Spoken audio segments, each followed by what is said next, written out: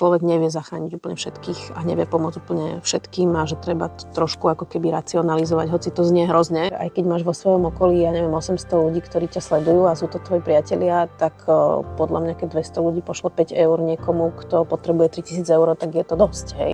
Nemám pocit, že musíš byť ako mega influencer, aby si zmenil svoje okolie. Tiež som robila chyby aj v minulosti, aj v televízii, keď som pracovala a tiež som sa postupom až času naučila dôstojne zobrazovať ľudí, ktorí sú v ťažkých situáciách.